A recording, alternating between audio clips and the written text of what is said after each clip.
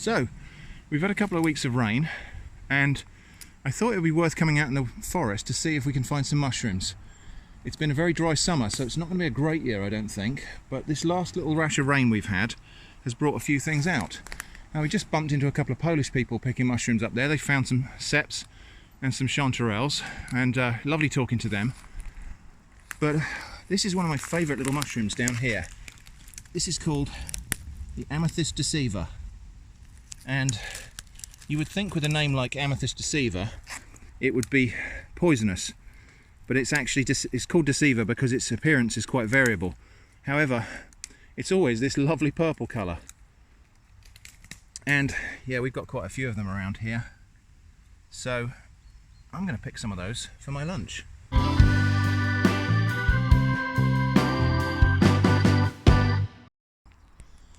So we're doing okay for Amethyst Deceivers. We've also got a few hedgehog mushrooms in there. Jenny's just spotted a rather lovely little clump of Amethyst Deceivers here. If I get a chance, I will find you the regular non-Amethyst Deceiver, which I don't normally pick because it is much more difficult to identify. But anyway, we're going to get these in the basket. That's good, fine. So we've done really well today to find that many. Often you just find these in ones and twos, but they seem to really like the dead branches that the forestry people have left. And so underneath those decaying dead branches, there were a lot of Amethyst Deceivers. We didn't really pick as many as we could have done today. So here you can see why this mushroom is called the Deceiver. Because sometimes it looks like that, other times it looks like that. And the appearance is just very variable. Sometimes the cap will be brown, sometimes it will be purple, but there we go. That's the Amethyst Deceiver. We're going to head inside now and cook some of these.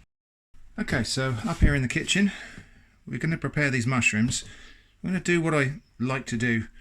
One of my favourite things to do with wild mushrooms is to make crêpes à la forestière, and that's what we're going to do today. So to prepare these mushrooms, they're pretty clean actually, so I'm not going to wash them or anything like that. I'm just going to trim away stalks, I think, because the stalk is not particularly appealing on these mushrooms. And then maybe break them into pieces like that. And so I'm just going to go through and prepare all of these now, and then we'll cook ourselves the crêpe.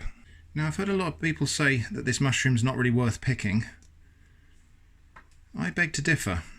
It's a lovely, well, easy to identify mushroom, and it's got a ever so slightly fruity scent to it. And when it's cooked, it's got a nice woody, earthy taste to it. And we're going to be playing on that today. So the fact that this naturally has quite a woody flavour is going to be something that we exploit in the dish we're making. So yeah, any mushrooms about that size I'm just going to leave whole. Anything bigger than that, lose the stalk and tear it in half or into smaller pieces. But yeah, I like this mushroom because, well, it's purple. Purple is the best colour, but also it's very seldom troubled by pests such as maggots or anything like that. Sometimes you'll find that it's a little bit munched, but that's just snails in the woods eating it, or birds, or small mammals. But yeah, generally speaking, it's a pretty trouble-free mushroom. It will sadly lose most of this purple colour when it's cooked, and it will just go a sort of tawny brown colour. Now, there aren't very many other species of mushrooms that you can mistake for the Amethyst Deceiver. There are a couple of Cortinarius species that are purple in colour, but they're nothing like this really in appearance, in shape or form. This is quite a delicate little mushroom, and you can see that the cap is almost translucent. You can see light shining through those gills there. So there aren't very many things you can actually mistake this for, which is one of my reasons for liking it. So now we've got the hedgehog mushrooms, which I'm just going to pick out any little bits of debris and dirt that are in amongst the spines there. And again, I'm going to break these up into pieces like that. Okay, so we're going to start off with a generous knob of butter. Now if you don't see me adding salt in these recipe videos or these cooking videos, it's usually because I'm either using salted butter or sometimes the seasoning bit just gets lost in the edit. Okay, that might seem like quite a lot of butter in there, but we've got a lot of mushrooms here, and some of that will cook into them, some of that will boil away, the watery bits of the butter will boil away. So, into the hot butter, all of our wild mushrooms.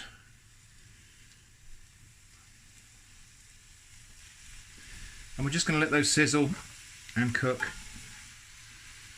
down in that butter. Now, there'll be two stages to this cooking. Firstly, some moisture will come out of these mushrooms and they'll start to cook in their own juices, and they'll be quite watery.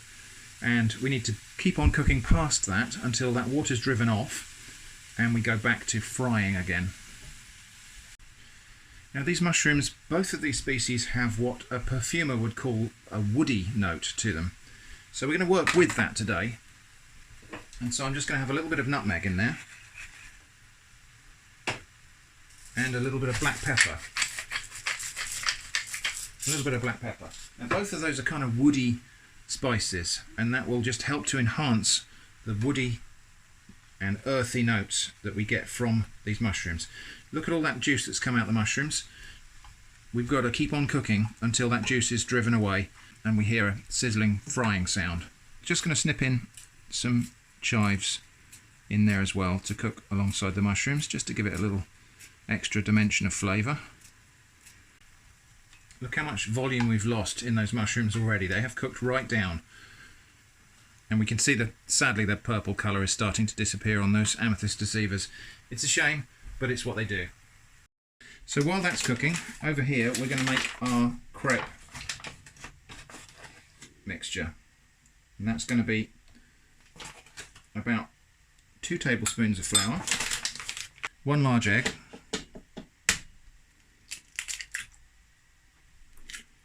and then just enough milk to make this into a smooth batter. So maybe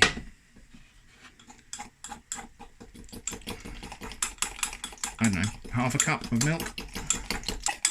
No, I'm not going to worry too much about lumps in that batter mix.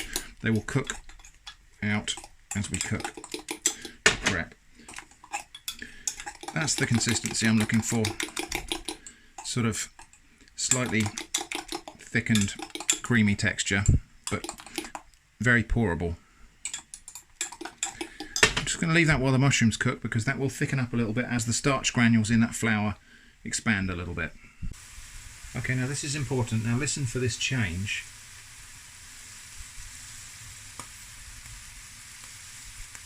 We've stopped simmering those mushrooms in their own juices. That's all been driven off now. And now it's making more of a frying sort of hissing noise. So we're just going to carry on there for a little bit, just to add a bit of flavour and toastiness to these mushrooms. Now, you don't have to do this next bit, but I find it helps just to bring out a bit more of the flavour, and it adds just a little to the flavour of those mushrooms. I've got about a tablespoon, maybe 2 tablespoons of brandy here. Turn the heat right up. And then we're just going to put that in.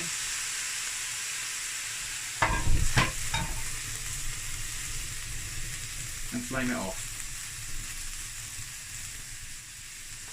And those flames help to just create some little toasted edges in those mushrooms and caramelise the butter a little bit more and just add some extra flavour dimensions. And that's pretty much it for the mushrooms. So what we're going to do now is we turn the heat right down, and I've got some cream. I'm just going to go in with a bit of cream there, and mature cheddar cheese, because cheese and mushrooms is a great combination.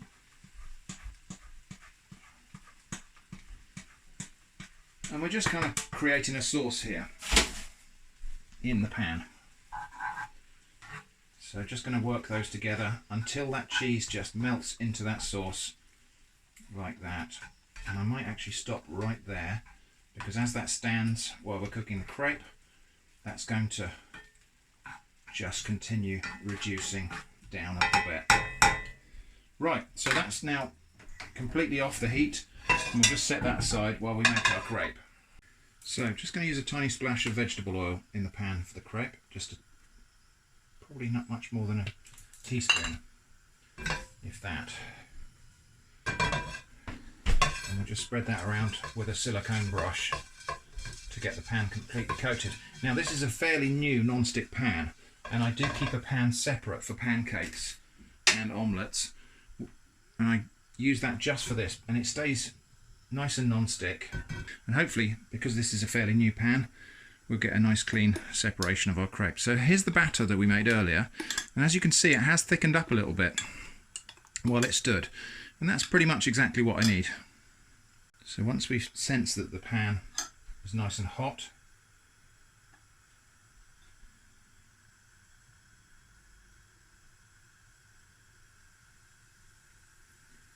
go in with our crepe mixture, the whole lot, because this is a 14-inch pan. I'm going to make a nice big pancake. Okay, the crepe is starting to bubble nicely. Still a little bit loose on top. We'll just let that batter spread around a little bit more, just to even it out. And we're going to turn that down a bit because I can see it's toasting a little bit on the bottom.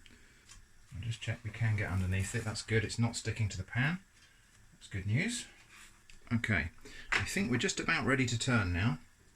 Most of the batter is cooked on top there. Now I'm going to turn this by hand because flipping it I think would be too risky at this stage.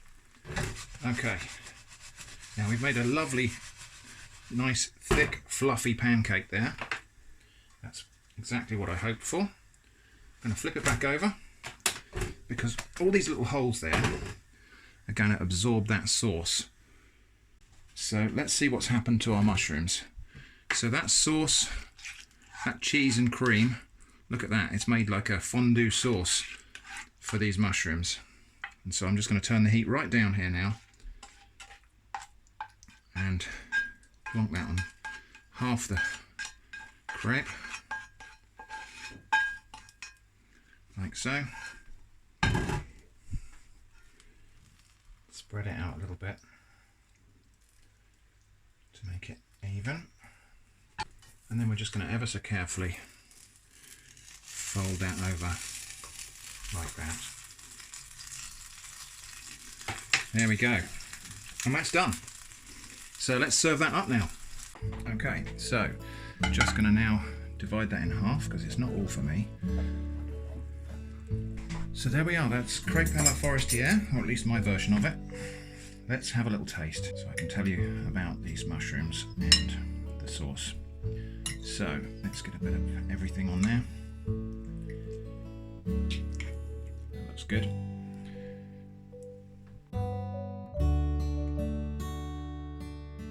Oh, that's really delicious. The wild mushroom aroma is just enhanced by that butter and cream and those tiny little bits of spice that we put in there. So good.